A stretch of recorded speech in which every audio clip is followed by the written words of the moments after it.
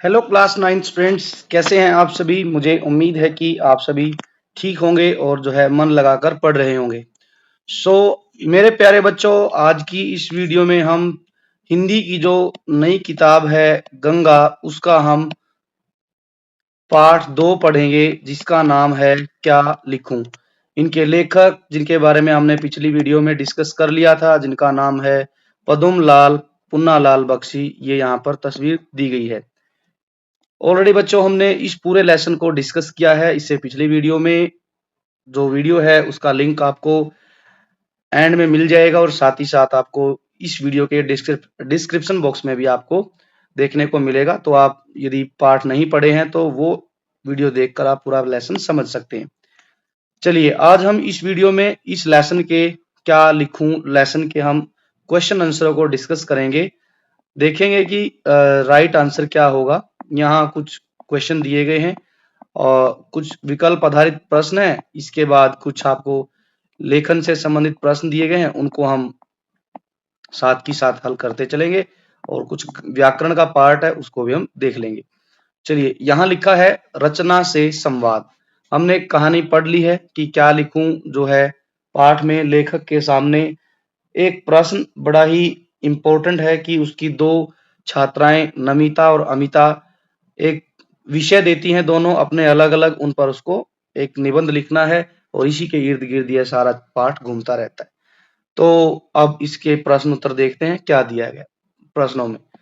पहला प्रश्न विकल्प आधारित है, मेरे उत्तर मेरे तर्क, यहाँ पर यह लिखा गया है। तो हम इस प्रश्न के लिए जो है देखेंगे कि कौन कौन से विकल्पों में से कौन सा उत्तर सही रहेगा और उसका हमने जो है तर्क भी देना है कि वह उत्तर क्यों सही रहा है। निम्नलिखित प्रश्नों के सटीक उत्तर चुनिए और यह भी बताइए कि आपको ये उत्तर उपयुक्त क्यों लगते हैं। जैसे पहला प्रश्न है टांगने के लिए कोई भी खूंटी काम आ सकती है। असली वस्तु है हैट, खूंटी नहीं। पुन्नालाल बख्शी ने ये बात निबंध के संदर्भ में कही थी कि यहाँ पर एग्जाम्पल दिया गया हैट का। हैट मतलब टोपी, कि टोपी जो है आप कहीं भी टांग दीजिए, किसी भी खूंटी। खूंटी क्या होती है, दीवार में एक लोहे की जो है मुड़ी हुई एक रोड सी होती है, जिस पर हम कई बार अपने कपड़े जो है लटका देते हैं या फिर और अन्य चीजें लटका देते हैं। ठीक है, खूंटी टांगने के काम आती है। तो यहाँ पर लिखा है कि हैट टांगने के लिए कोई भी खूंटी हो सकती है, असली वस्तु है हैट, खूंटी नहीं। इसका अर्थ यहाँ पर क्या दिया गया, खूंटी और हैट का उल्लेख क्यों किया है कवि ने, सॉरी लेखक ने। हैट और खूंटी ये बताना चाहते हैं कि विषय से अधिक लेखक के भावों की प्रधानता को दर्शाना, विचार से अधिक तथ्य सामग्री को प्रमुख बताना, शैली से अधिक भाषा व्यवस्था की उपयोगिता बताना, उदाहरण से अधिक सिद्धांत आधारित लेखन की क्षमता या लेखन का समर्थन करना। देखो हैट यहाँ जो है बच्चों एग्जाम्पल है कि कवि लेखक एक जगह ये कहता है कि लिखने के दौरान व्यक्ति के विचार, व्यक्ति के भाव जरूरी हैं। ये लेसन में जो गार्डिनर है, एजी गार्डिनर, ये भी मानते हैं कि निबंध लिखते समय एक मानसिक स्थिति ऐसी बन जाती है, विचारों का एक तूफान सा उठता है मन में, भाव उमड़ते हैं, जिसको उन भावों को विचारों को हम बस लिखते चले जाते हैं। ठीक है, बस एक माध्यम चाहिए। इसलिए यहाँ पर कहा गया है कि विषय से अधिक लेखक के भावों को प्रधानता होती है। ठीक है, कोई भी विषय है लिखा जाएगा उस पर, कोई बात नहीं है, लेकिन लेखक के मन में जो भावों का, जो विचारों का एक तूफान उठता है, वो प्रधान है, न कि विषय। यहाँ पर हमने इसका तर्क भी दिया है। तर्क में लिखा है कि लेखक का मानना है कि विषय अर्थात खूंटी मात्र एक आधार है। किसका, अपने विचारों को लिखने का। विचार आप किसी भी रूप में लिख सकते हैं, इसलिए जो है असली महत्व लेखक के अपने भाव और विचारों का होता है। इन भावों को और इन विचारों को लेखक ने, पुन्नालाल बख्शी ने जो है हैट का रूप दिया है। दूसरा प्रश्न है कि दूसरे प्रश्न में लिखा है, उनमें लेखक की सच्ची अनुभूति रहती है, उसका उल्लास रहता है। ये बात कही थी एक जो है निबंध शास्त्र के ज्ञानी ने, निबंध शास्त्र के विद्वान लेखक ने ये बात कही कि जिनका नाम है मोंटेन। मोंटेन मोंटेन का ये कहना था कि जो भी मन में विचार उत्पन्न हुए, जो आपने देखा या सुना, उसी को ही आपने अपने लेखन में अभिव्यक्त कर दिया। अभिव्यक्त मतलब ऐसे का ऐसे लिख दिया। जो देखा सुना या फिर आपका उसके प्रति क्या अनुभव रहा, जो भी आपका अनुभव रहा, उसको आपने बस लिख देना है। ठीक है, इससे क्या होता है, जो आपने देखा सुना जिया, इसमें क्या है, इसी को एज इट इज लिख देना, इसका मतलब होता है कि लेखक अपनी सच्ची अनुभूति उसमें पिरो रहा है। उसमें लेखक की उल्लास उल्लास मतलब होता है खुशी भी रहती है। इसका अर्थ क्या है कि कहीं ना कहीं लेखक अपने अनुभव आधारित स्वच्छंद लेखन को यहाँ अपना रहा है, क्योंकि यहाँ पर कोई लिखते समय जो लेखक है, निबंध का लेखक है, वो अपने स्वच्छंद विचारों को जो है निबंध में पिरो रहा है। उसे किसी जो है को बहुत ही कोर कल्पना करने की जरूरत नहीं है, न ही विद्वान पंडितों की तरह से उसके पास जो है सूक्ष्म दृष्टि चाहिए, या फिर उसके पास सोचने के लिए समय नहीं चाहिए। जो यदि आपके मन में विचार चल रहा है, जैसी आपने स्थिति देखी, उसके बारे में सुना, या फिर किसी स्थिति को आपने जिया है, उसको एज इट इज जब हम लिख देते हैं, तो वो कहीं ना कहीं पाठक या पढ़ने वाले के मन में जो है, दिमाग में वो जो है सत्यता और जो है जीवंतता प्रकट करता है। इसके लिए हम कहेंगे, यहाँ तर्क दिया है कि मोंटेन की पद्धति में विद्वता के स्थान पर स्वयं के अनुभव, सच्ची अनुभूतियों को लिपिबद्ध करने पर जोर दिया गया है। यहाँ पर यह समझाया गया। अब आगे है, क्या लिखा अगला प्रश्न कि तरुण के लिए भविष्य उज्जवल। ये तरुण का मतलब मैंने बताया था कि युवा साथी जो हैं हमारे बच्चों, जैसे आप जैसे बच्चे हैं। अब आप क्या है, आप यंग बच्चे हैं, और आप यंग बच्चे हैं, आपके पिताजी, आपके दादाजी, वो कहाँ किस उम्र में पहुंच गए, धीरे धीरे वो क्या है, दादाजी वृद्ध हो गए हैं। ठीक है, पिताजी अभी यंग है लेकिन किशोर अवस्था को पार कर गए हैं, अधेड़ उम्र के हो गए हैं। तो यहाँ पर यही बताया गया कि जो युवा लोग हैं, वे हमेशा हमेशा ही भविष्य को उज्जवल करने की तरफ अग्रसर रहते हैं, और जो वृद्ध लोग हैं, बूढ़े लोग, वे अतीत को सुखद मानते हैं। उनका मानना है कि जो है अतीत क्या है, अतीत मतलब बीता हुआ समय ज्यादा सुखद था। आप कभी अपने दादा से पूछना कि दादाजी आपका बचपन कैसा रहा, आपने बचपन को कैसे जिया, आपके समय की स्थितियां कैसी थी, तो फिर आपको दादाजी आपको अपना अनुभव सुनाएंगे। ठीक है, तो तरुण जो है कहीं ना कहीं भविष्य उज्जवल कर रहे हैं, उस रास्ते पर बढ़ रहे हैं, अर्थात उनके मन की अभिलाषा है। वे वर्तमान स्थितियों को सही नहीं मानते, लेकिन वृद्धों का कहना है, बूढ़ों का कहना है कि नहीं, हमने जो अभी तक अनुभव प्राप्त किया है, जो जीवन जिया है, उसके अनुसार हमारा जो पुराना समय था, बचपन का समय था, वह ज्यादा अच्छा था। ठीक है, तो ये दोनों स्थितियां ये दर्शाती हैं कि दोनों में क्या है, एक जो है जीवन के प्रति अभिलाषा व्यक्त कर रखता है, और जो है दूसरा पक्ष वृद्ध जो लोग हैं, वो बताते हैं अपने जीवन का अनुभव। ठीक है, यहाँ पर इसका तर्क दिया है कि तरुण भविष्य की अभिलाषा, भविष्य के सपनों में जीते हैं, जबकि वृद्ध हैं वो अपने बीते हुए सुख अनुभवों, अपने बचपन की यादों, अपने किशोर अवस्था की यादों को जो है अपना गौरव मानते हैं। तो इसका उत्तर हो जाएगा ग, अभिलाषा और अभिनव। ठीक है, ये इसके प्रश्न हो गए। अब आगे बढ़ते हैं, क्या दिया गया है। चौथा प्रश्न है कि निबंध में अमीर खुसरो की कहानी का उल्लेख किस संदर्भ में किया है।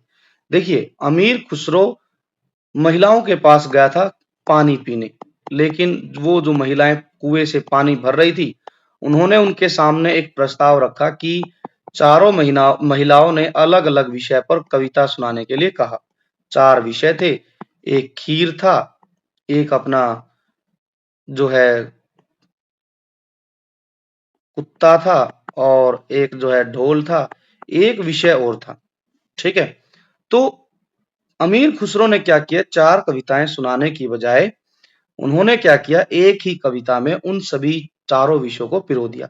तो इसका अर्थ ये हुआ कि अमीर खुसरो के पास एक साथ कई विषयों को संबोधित करने की प्रतिभा थी। उनके पास विभिन्न विषयों का ज्ञान था, वे विषयों की समझ रखते थे। वो दूसरी बात ये कि वो एक प्रतिभाशाली व्यक्ति थे, प्रतिभाशाली थे। और प्रतिभाशाली व्यक्ति या प्रतिभावान व्यक्ति जो होता है, उसमें क्या होता है कि वह विभिन्न विषयों की जो है समझ रखता है, और विभिन्न विषयों की जो समझ रखता है तो वह विभिन्न विषयों को एक ही विषय में समाहित कर देता है। तो इसलिए यहाँ पर आंसर हो जाएगा ख। इसका जो तर्क दिया है कि अमीर खुसरो को खीर, चरखा, कुत्ता, ढोल इन पर कविता लिखने के लिए दिया गया।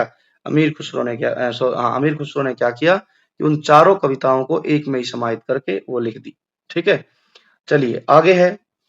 निबंध में समाज सुधार के संदर्भ में क्या कहा गया है?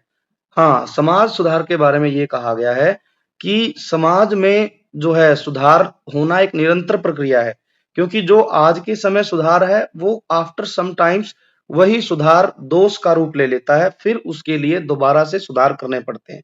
ठीक है, सुधारों की आवश्यकता हर युग में बनी रहती है, बात तो ये भी सही है।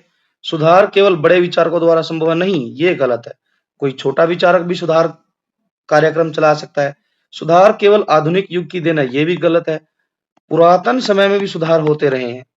अब ये आप कहें कि जैसे अभी एआई आ गया है, कंप्यूटर से देखो हमने क्या सीखा। कंप्यूटर कभी आया तो हमने कल्पना नहीं की थी कि हम एआई के जमाने में जिएंगे। ठीक है, तो सुधार निरंतर चल रहा है। ठीक है, सिर्फ मॉडर्न डेज की देन नहीं है, पुराने समय से सुधार चलते आ रहे हैं। सुधारों का कोई अंत नहीं, लेकिन दोष समाप्त हो जाती है, ये भी बिल्कुल गलत है। समय के साथ दोष की प्रवृत्ति बदल जाती है, ये ध्यान रखना। दोष खत्म नहीं होते, यदि दोष खत्म हो गए तो सुधार तो होंगे ही नहीं। समय के साथ क्या है कि दोष की प्रवृत्ति बदल जाती है और उसी के अनुसार सुधार करने का तरीका भी बदल जाता है। तो यहाँ पर ये तीनों गलत हो जाएंगे। पहला ठीक है कि सुधार की आवश्यकता हर युग में बनी रहती है, दोषों का कभी अंत नहीं होता, और जब दोष ही खत्म नहीं होंगे तो सुधार करने की गुंजाइश भी सदैव बनी रहेगी। ये थे हमारे 4-5 प्रश्न। अब हम चलते हैं मुख्य प्रश्नों पर, क्या क्या यहाँ पर लिखा गया। चलिए जी, अब शुरू करते हैं। अब जो प्रश्न दिए गए हैं बच्चों, उनमें हमें लिखना है उत्तर। जो पाठ है क्या लिखूं, उसके आधार पर हमने उत्तर देने हैं। पहला प्रश्न है, निबंध लेखन के विषय में एजी गार्डनर और लेखक के विचारों में क्या अंतर हुआ था। यदि बच्चों आप इसी लेसन का पहला पेज पढ़ेंगे ना, वहां पर एजी गार्डनर और लेखक के विचारों का अंतर बताया गया। एजी गार्डनर ये कहते हैं कि जब हम लिखने जाते हैं तो उस समय हमारी एक मानसिक स्थिति ऐसी होती है, एक अवस्था होती है जहां पर मन में विचार और भाव उमड़ते रहते हैं। मन में विचारों की लहर उठती है, भाव उठते हैं, और उसी समय क्या है कि हम बस लिखने बैठ जाते हैं। ठीक है, ये कहा है जो है गार्डनर जी ने। लेकिन बख्शी जी कह रहे हैं कि मेरे साथ उल्टा होता है, मेरे मन में कोई विचार नहीं उठता, मुझे तो बल्कि बैठकर 2-2 घंटे सोचना पड़ता है, और सोचने के लिए बाद में मुझे लिखने की मेहनत करनी पड़ती है। और जब लिख लेता हूं तो फिर मुख्य समस्या मेरे सामने होती है कि उसका टाइटल क्या दूं, शीर्षक क्या दूं। तो मेरे लिए आसान नहीं है। ये दोनों की विचारधाराओं में अंतर बताया गया है। इसके उत्तर में हम यहाँ लिखेंगे, जैसा हमने यहाँ लिखा है कि ए जी गार्डनर का मानना है कि निबंध लेखन के लिए विशेष मानसिक स्थिति होनी चाहिए, जिसमें विषय की चिंता किए बिना स्वयं भाव उमड़ाते हैं। इसके विपरीत क्या होता है कि लेखक कह रहा है, बख्शी जी, कि उनका अनुभव कुछ अलग है। गार्डनर जी कह रहे हैं कि मन की स्थिति में एक विशेष प्रभाव आता है, हमने उस समय विषय की चिंता नहीं करनी है, बस भाव आते हैं और उनको लिखना है। बख्शी जी कह रहे हैं मेरे साथ उल्टा होता है, मेरे साथ कोई ऐसी मन की स्थिति नहीं बनती, बल्कि मुझे तो निबंध लिखने के लिए सोचना पड़ता है, मेहनत करनी पड़ती है, परिश्रम करना पड़ता है। तो ये दोनों की विचारों में अंतर था। दूसरा प्रश्न क्या दिया गया है, लेखक के अनुसार वृद्ध और तरुण दोनों ही वर्तमान से संतुष्ट नहीं है, मतलब असंतुष्ट हैं, पर दोनों की असंतुष्टि के कारण अलग अलग है। आपके विचार से उनकी असंतुष्टि के क्या क्या कारण हो सकते हैं। देखो, दोनों अलग अलग विचारधाराएं हैं। यहाँ पर भी वृद्ध लोग हैं, बुजुर्ग है, और एक युवा है। युवा क्या है, अभी उसमें शक्ति आई है। ठीक है, युवा शक्ति है, वो उसके विचारों में क्रांति है, वह बस जल्दी जल्दी परिवर्तन चाहता है, जल्दी जल्दी अपनी इच्छाओं को शांत करना चाहता है। लेकिन वृद्ध शांत हो गया है, क्योंकि उसने अपना जीवन जी लिया है। ठीक है, अब वह परिवर्तन के पक्ष में नहीं है, बल्कि वह तो अतीत को याद करके सुखद महसूस करता है। अतीत की याद जैसे ही उसको आती है तो वह खुद सुख महसूस करता है, शांत है। ठीक है, यही बताया गया। तरुणों के बारे में लिखा है कि तरुण क्या सोचता है, वे वर्तमान को भविष्य की क्रांति के सांचे में ढालना चाहते हैं। तरुण संसार के जीवन संग्राम से दूर है, उन्हें संसार का चित्र बड़ा मनमोहक प्रतीत होता है। तरुणों के लिए जैसे भविष्य बस उज्जवल होता है, वे वर्तमान की धीमी गति से असंतुष्ट रहते हैं, उनको सब फास्ट एंड फ्यूरियस चाहिए, इसीलिए वो जो है वर्तमान से खुश नहीं है। लेकिन बूढ़े हो गए जो लोग, जिन्होंने अपना जीवन जी लिया, वो क्या करते हैं, अब संतुष्ट हो जाते हैं। किस बात को लेकर, कि बस जो पुराना जो समय था, अतीत का जो गौरव था, अतीत की यादों को ही वर्तमान देखना चाहते हैं। वे फिर से कहीं न कहीं अपनी बालपन की अवस्था में लौटना चाहते हैं। वर्तमान में अपने समय जैसी कोई उनको मर्यादा नहीं दिखती, सुख नज़र नहीं आता। जैसे बच्चों, कई बार आपके पापा या पिताजी या दादाजी कहते मिलेंगे कि आजकल की जो जनरेशन है वो बदल गई है, ठीक है? हमारे समय में ऐसा होता था, बच्चे बहुत ओबीडिएंट रहते थे, फ़ोन नहीं छूते थे, घर से बाहर बिना पूछे नहीं जाते थे, ठीक है? तो दादा इस बात को लेकर बड़े परेशान रहते थे, ठीक? रहते भी हैं अभी भी। तो ये स्थिति हो गई है। उनको लगता है कि बच्चे मर्यादा नहीं है तो घर में सुख नहीं है, इसीलिए वे असंतुष्ट हैं। जो वृद्ध हो गए हैं, वे अपनी बाल्यावस्था और तरुण अवस्था से हट गए हैं। उन्हें अपने अतीत काल की जो है बीते हुए समय की याद बड़ी सुखद लगती है। इन्हीं कारणों से दोनों असंतुष्ट हैं। तीसरा प्रश्न, नमिता और अमिता ने किन विषयों पर लिखने के लिए कहा था लेखक को? तो यहाँ हमने पाठ पढ़ा है, तो नमिता ने कहा था कि जो है दूर के ढोल सुहावने, और अमिता ने कहा था समाज सुधार पर लिखा जाए। हालांकि लेखक ये भी कहता है कि इन पर ऑलरेडी परीक्षा में पूछा भी गया है, लेकिन फिर भी मुझे लिखना है। क्यों? क्योंकि नमिता और अमिता को मैंने एक्सप्लेन भी करना है कि एक अच्छा निबंध कैसे लिखा जाता है, उसकी रूपरेखा क्या होती है। तो ये हो गया बात कि नमिता ने कहा दूर के ढोल सुहावने, अमिता ने कहा समाज सुधार। लेखक के सामने निबंध लिखने के संबंध में क्या कठिनाई थी? देखिए, लेखक को लगता था कि इन गंभीर विषयों पर 5-5 पेज का आदर्श निबंध लिखना कठिन है। उनका यही मानना था कि ठीक है, दूर के ढोल सुहावने इतने भी सुहावने नहीं होते कि उस पर 5 पेज का निबंध लिखा जाए। और दूसरे विषय के संबंध में ये मानना था कि भाई समाज सुधार कोई आज नहीं हो रहा है जिसके बारे में 5 पेज लिख दूं। समाज सुधार तो सदियों से चली आ रही परंपरा है, तो इसके बारे में तो 5 पेज लिखना मूर्खता होगी, ठीक है? तो इसी विषय में कह रहा है कि मेरे सामने बहुत कठिनाई है। दूर के ढोल सुहावने लिखने के लिए सामग्री की कमी महसूस हुई। उन्होंने ये तक कहा था कि यदि मुझे ऐसे पता होता कि दूर के ढोल सुहावने पर लिखने के लिए आएगा, तो मैं हो सकता है किसी पुस्तकालय में जाता, या फिर मैं क्या करता, विश्वकोश एनसाइक्लोपीडिया से मैं सर्च करता, या फिर मैं कोई किताब ढूँढता। तो उनके लिए इससे ये पता चलता है कि उनके पास इस विषय पर लिखने से संबंधित सामग्री नहीं थी। लेकिन समाज सुधार जैसे विवादित विषय पर विद्वानों के मतों के कारण संक्षेप में लिखना चुनौतीपूर्ण था, क्योंकि भाई समाज सुधार आज की प्रक्रिया नहीं है।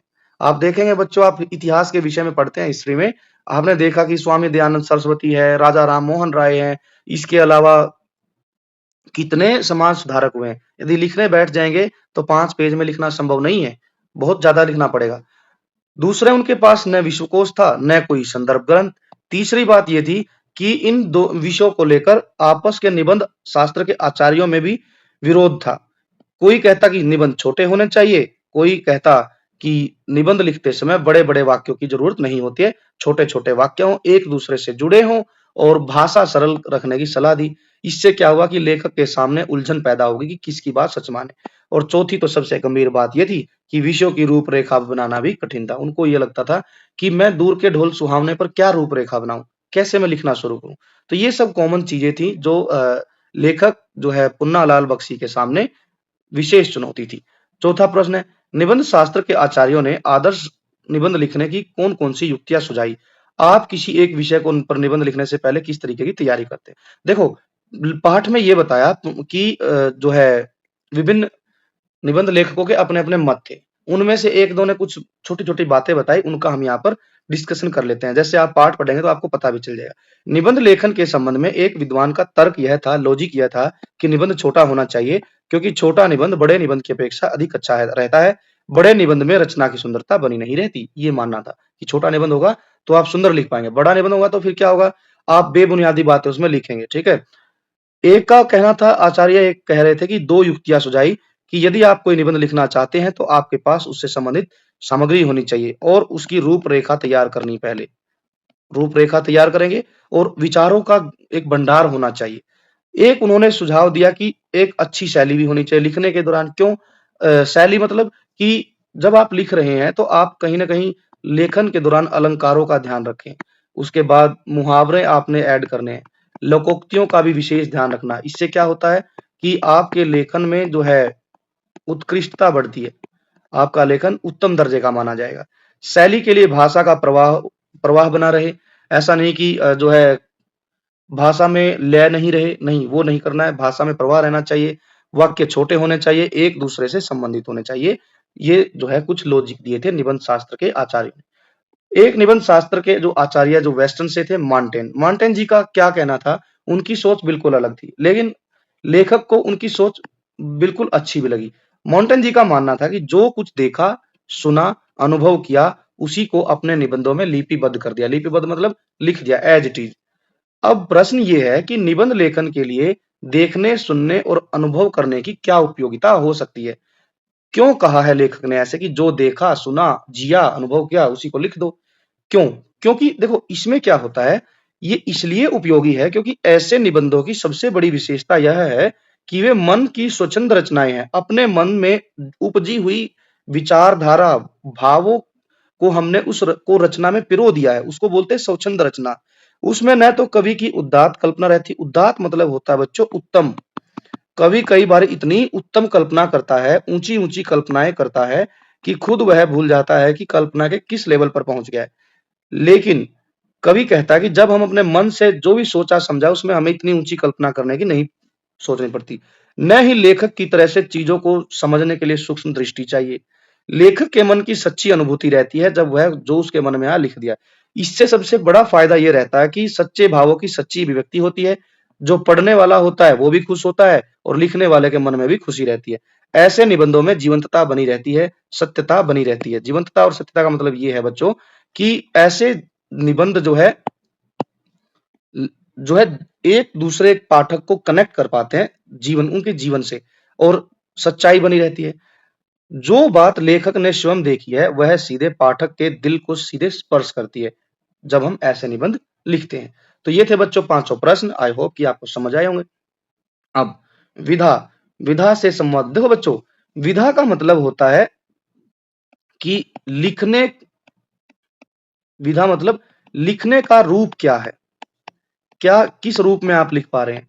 कहानी रूप में लिख पा रहे हैं अपने विचारों को, या फिर उपन्यास रूप में लिख पा रहे हो, या फिर आप यात्रा वृतांत की फॉर्म में लिख रहे हो, या फिर आप जीवनी फॉर्म में लिख रहे हो, या फिर आप किसी विषय के बारे में कोई निबंध लिख रहे हो जैसे लेखक ने भी लिखा।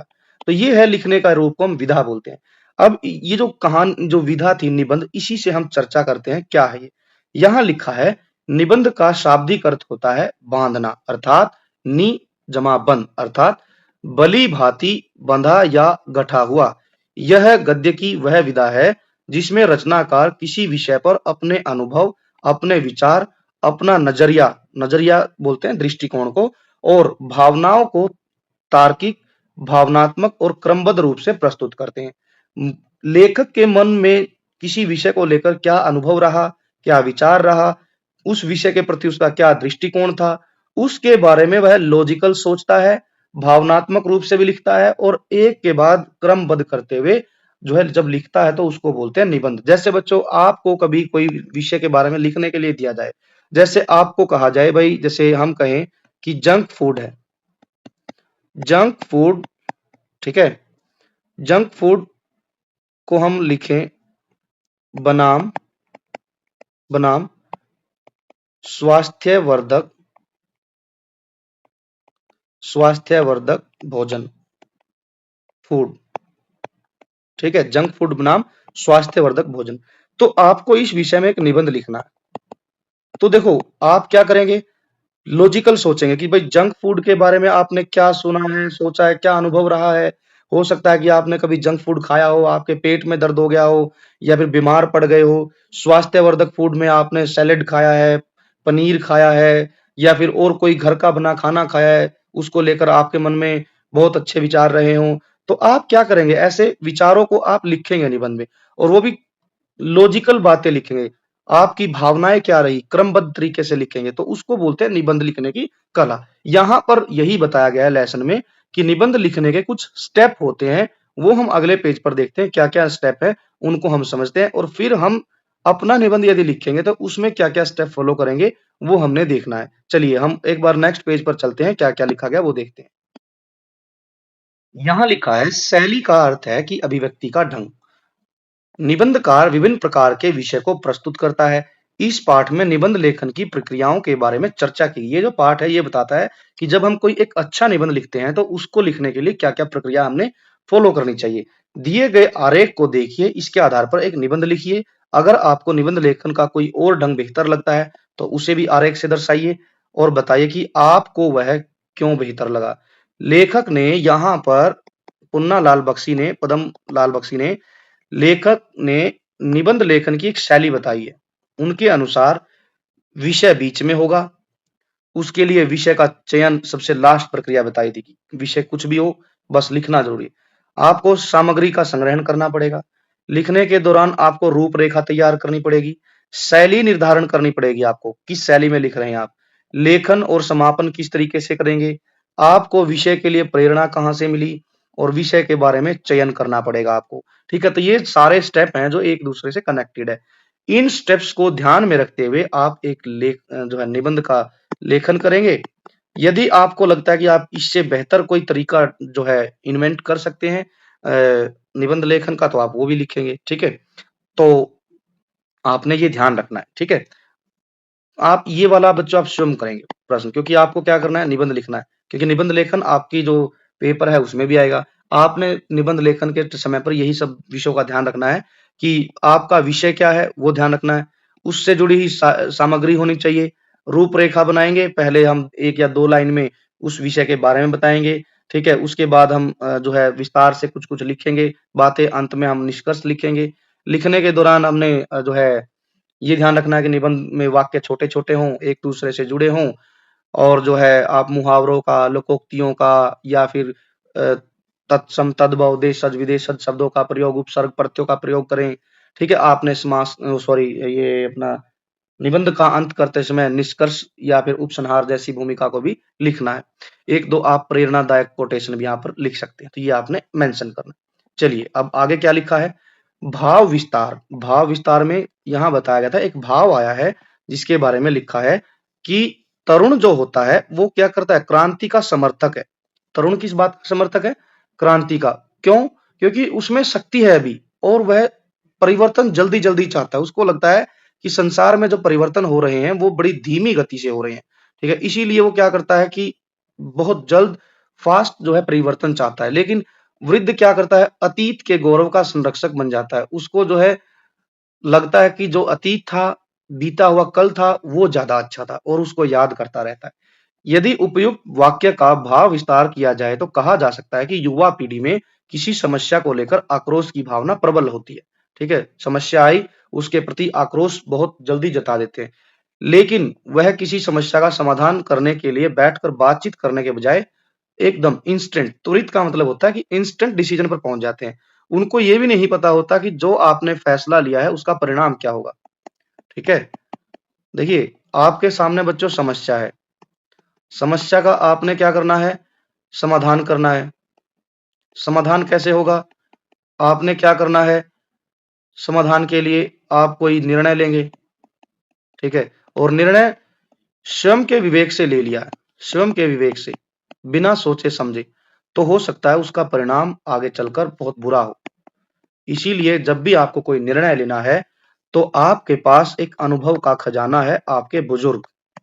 ठीक है, बुजुर्ग, तो आप उनके पास बैठिए, अपनी समस्या रखिए, वो आपको अपने अनुभव के द्वारा जो उन्होंने जीवन जिया है, उसमें जो अनुभव कमाया है, उसके आधार पर आपको समाधान देंगे और वो आप तुलना करना, जो आपने निर्णय लिया और जो आपके बुजुर्गों ने निर्णय लिया उसमें क्या अंतर रहा है। ठीक है? जबकि वृद्ध पीढ़ी किसी समस्या का समाधान के लिए अपने अनुभव और जो परंपरागत ढंग है उस पर विश्वास करती है। तो ये है दोनों का जो है मतलब कंपैरिजन।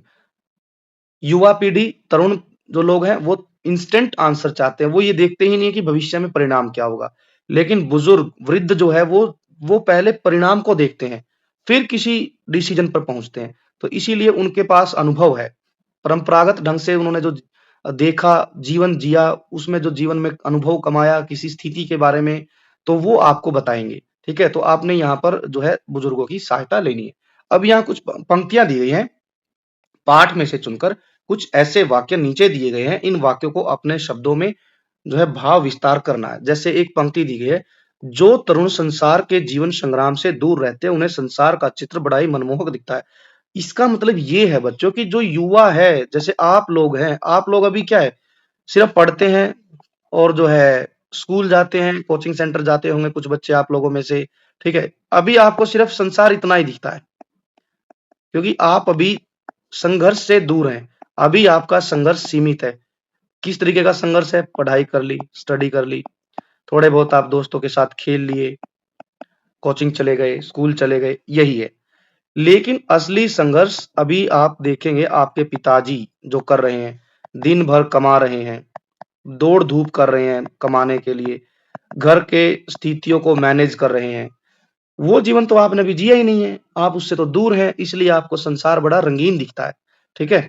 यहाँ पर इसका अर्थ ये है कि इस पंक्ति का अर्थ यहाँ पर यह है कि जब तक युवा पीढ़ी व्यवहारिक जीवन की कठिनाइयों से संघर्षों का सामना नहीं करती, उसे दुनिया रंगीन और आसान लगती है। जिस दिन आप बच्चे कमाने लगेंगे, बाहर जाएँगे, कहीं कंपनी में जाएँगे, जॉब करेंगे, 8 घंटे बैठे रहेंगे, 10 घंटे बैठे रहेंगे और आपको लगेगा कि जितना मैंने काम किया है उतना उम्मीद के अनुसार पैसा नहीं मिल रहा है और मैं स्थितियों को हैंडल नहीं कर पा रहा हूँ, तब देखना आपको संसार कैसा दिखेगा। ठीक है? सारी जो कलरफुल चीज़ें दिखती थी, वो आपको बिल्कुल डार्क दिखाई देंगी। दूर से सब कुछ सुंदर दिखता है, लेकिन जब स्वयं के जीवन पर ज़िम्मेदारियाँ आती हैं, संघर्ष के मैदान में उतरते हैं, तो वास्तविकता कट की कठोरता का पता चलता है। दूर से ढोल सुहावना लगता है, क्यों?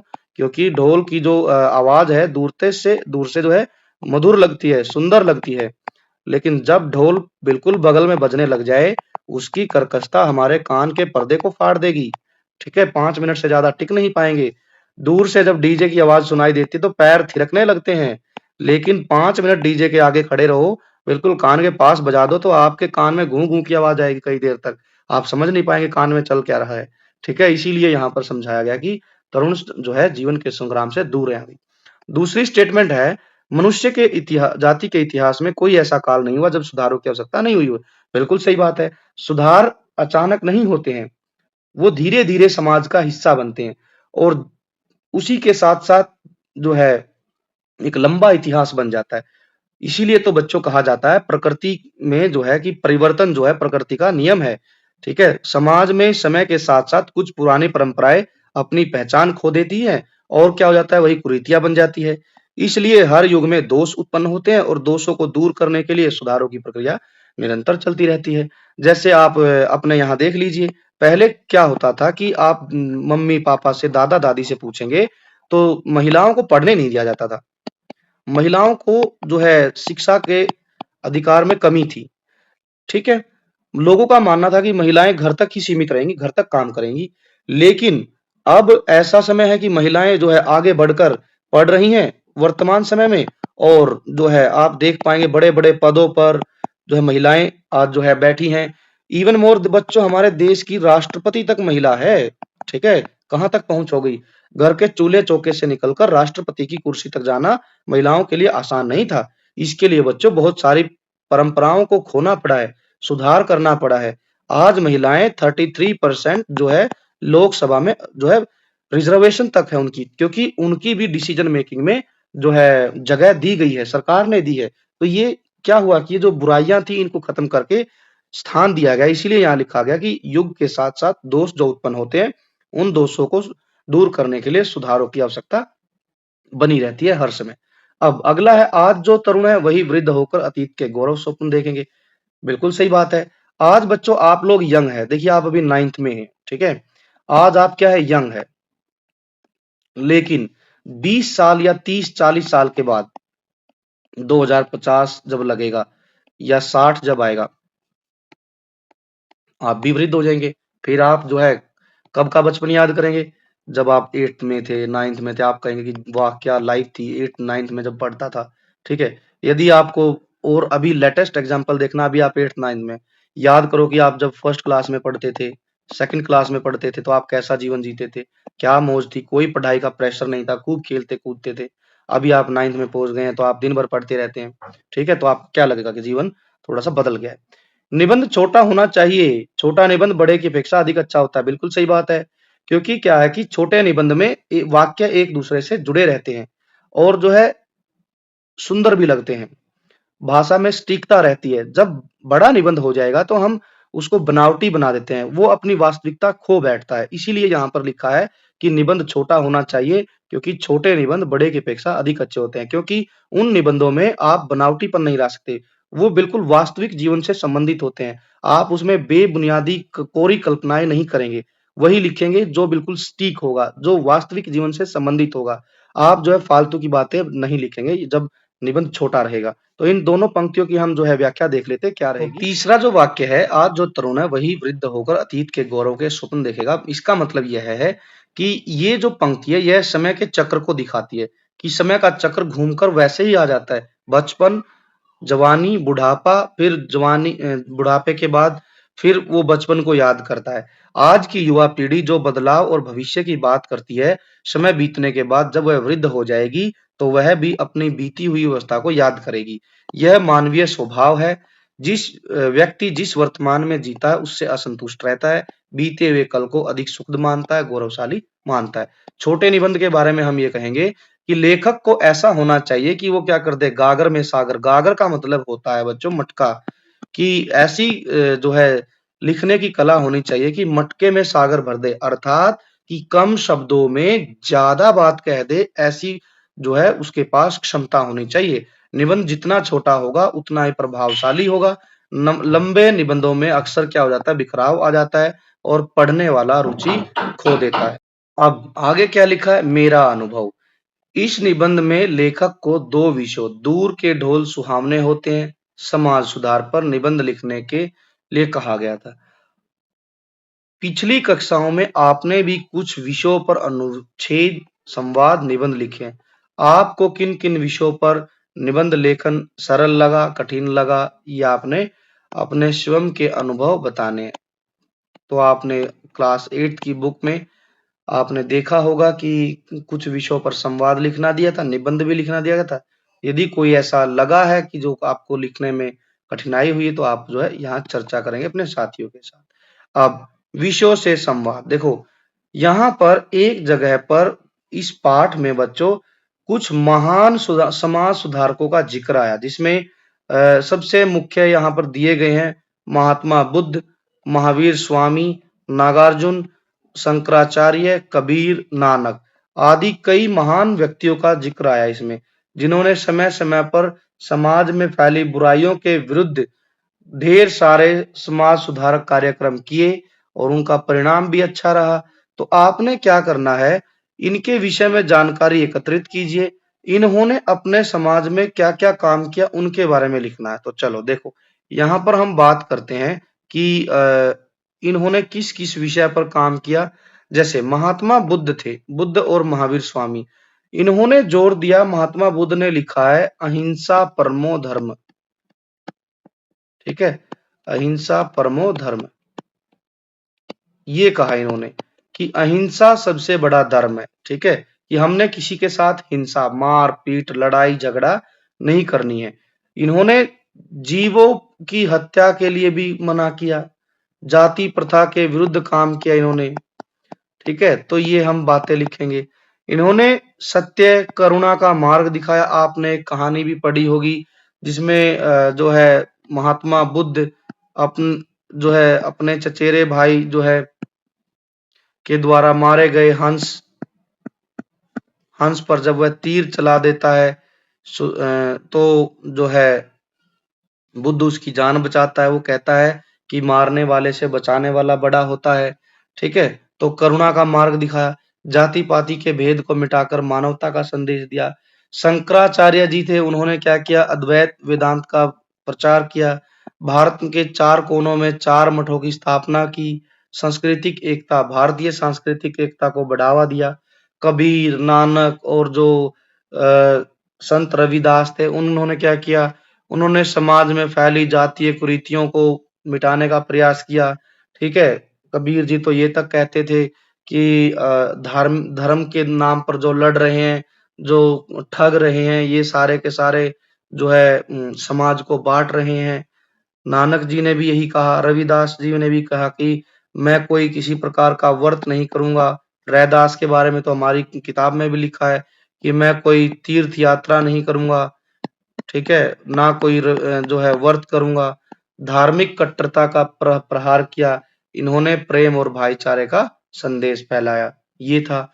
अब क्या है कि निबंध में उल्लिखित महान व्यक्तियों ने अपने समाज के लिए कुछ कार्यक्रम किए और समाज को एक नई दिशा दी। आज भी हमारे समाज में कुछ ऐसे व्यक्ति हैं, ऐसी संस्थाएं हैं जो स्त्री शिक्षा, पर्यावरण, असमानता, विशेष आवश्यकता समूह जैसे दिव्यांगजन है, महिलाएं हैं, ठीक है, और आदि के लिए कार्य करते हैं। ऐसे लोगों के बारे में आप जो है लिखिए। आपको नेट से ढूंढना है, आप खुद भी ढूंढ सकते हैं। जैसे देखो, हम यहाँ बात करें, एक व्यक्ति है कैलाश सत्यार्थी, जिन्होंने क्या किया, एक आंदोलन चलाया जिसका नाम था बचपन बचाओ आंदोलन। ये किसके लिए था सर? बच्चों, मेरे प्यारे दोस्तों, ये था बाल अधिकारों से संबंधित। सत्यार्थी जी का मानना था कि बच्चे जो बाल मजदूरी करते हैं उनको छुड़वाया जाए और उनको मजदूरी की जगह पर शिक्षा का कार्यक्रम उनके लिए चलाया जाए। शिक्षा के लिए उनको किताब पकड़ाई जाए, न कि ईंटें ढोए वो जो है भट्ठे पर, या फिर होटल में बर्तन साफ करे, ये नहीं करना है, बल्कि उन्हें स्कूल में जाके पढ़ना है। इसके लिए तो बच्चों सत्यार्थी जी को जो है नोबेल प्राइज भी मिला है। एक जो है महिला है मेधा पाटेकर, यहाँ पर मेधा पाटेकर, वो पर्यावरण के विरुद्ध लड़ी। जैसे आप जो है बिश्नोई समाज में देखेंगे बच्चों, अमृता देवी बिश्नोई है, जिनको बहुत पूजा जाता है बिश्नोई समाज में। इन्होंने खेजड़ी वृक्ष को बचाने के लिए बच्चों अपनी जान तक दे दी, ठीक है। बिश्नोई समाज में खेजड़ी वृक्ष की पूजा की जाती है। अमृता देवी बिश्नोई और इनके साथियों ने जान गंवा दी थी। ऐसे ही उत्तराखंड के सुंदरलाल बहुगुणा थे, सुंदरलाल बहुगुणा, इनका नाम हम कोट कर सकते हैं यहाँ पर, ठीक है, पर्यावरण के लिए। अब बात की जाए आपदा से बचाने के लिए, ग्रामीण विकास के काम के लिए एक संस्था है गूंज, तो ये ध्यान रखना है। दिव्यांगजन जो है उनके लिए सरकार ने भी बहुत सारे एनजीओ बना रखे हैं, या फिर हेल्प एज इंडिया नाम की एक संस्था है, विकलांग सेवा संस्थान है। आज के समय तो सबसे बड़ी समस्या बुजुर्गों की आ रखी है, बुजुर्गों की सहायता के लिए भी बहुत सारे एनजीओ काम करते हैं, तो आप उनके बारे में लिखेंगे। अब अगला प्रश्न यहाँ दिया गया है कि आपको समाज सुधार करने का अवसर मिले तो आप किस क्षेत्र में जो है समाज सुधार का काम करेंगे, क्या करना चाहेंगे, उसके बारे में लिखिए। ये बच्चों आपको खुद से लिखना है, ठीक है। हाँ, कुछ हिंट मैं दे सकता हूँ, आप उसको आप अपने प्रश्न में उत्तर लिखते समय कोट कर सकते हैं। जैसे आप लिख सकते हैं कि मैं हर जाति धर्म के बच्चों के लिए शिक्षा का विस्तार करूंगा। मैं वंचित बच्चों जो एजुकेशन छोड़ चुके हैं उन बच्चों के लिए शिक्षा पहुंचाने का प्रयास करूंगा, क्योंकि शिक्षा से ही समाज में सुधार आएगा। शिक्षा ही समाज में जो सुधार लाने की नींव है। स्वच्छता और पर्यावरण से संबंधित लोगों को मैं जागरूक करूंगा, कचरा प्रबंधन या फिर वृक्षारोपण के प्रति लोगों को जागरूक करूंगा। मैं वन महोत्सव जैसे प्रोग्राम को बढ़ावा दूंगा। हमारी मोदी गवर्नमेंट ने जो बच्चों एक पेड़ माँ के नाम किया है, एक पेड़ माँ के नाम कार्यक्रम का समर्थन करूंगा, ठीक है। लैंगिक समानता के लिए मैं क्या कर सकता हूँ कि समाज में बेटा बेटी को समान अधिकार है पढ़ने का लिखने का। उनको जो है समाज में इस अवधारणा को जो है बदलना होगा कि बेटियां नहीं पढ़ सकती हैं। नहीं, बेटियां पढ़कर आसमान की ऊंचाइयां छू रही हैं, और हम है कि उनके हाथ में अभी भी बर्तन साफ करने के लिए दे देते हैं। तो नहीं, हम उनको कहेंगे कि आप जो है उनको पढ़ाइए, ठीक है, उनका भी हक है वो एजुकेशन ग्रहण करें। तो इस तरीके के मुद्दे हम जो है समाज में सुधार के लिए शुरू कर सकते हैं। भारतीय ज्ञान साहित्य में अनेक स्थानों पर नैतिक, धार्मिक और व्यवहारिक जीवन में संतुलन की बात की गई है। इस विषय पर आप अपने शिक्षक के साथ मिलकर चर्चा कीजिए। तो ये आप जो बच्चों अपने शिक्षक से बातचीत करेंगे, ठीक है। अब बच्चों ये वीडियो थोड़ी सी लंबी हो गई है, हम बाकी इसके प्रश्न उत्तर को सेकंड पार्ट में डिस्कस करेंगे। बच गई है ग्रामर, ग्रामर को हम नेक्स्ट वीडियो में कवर करेंगे।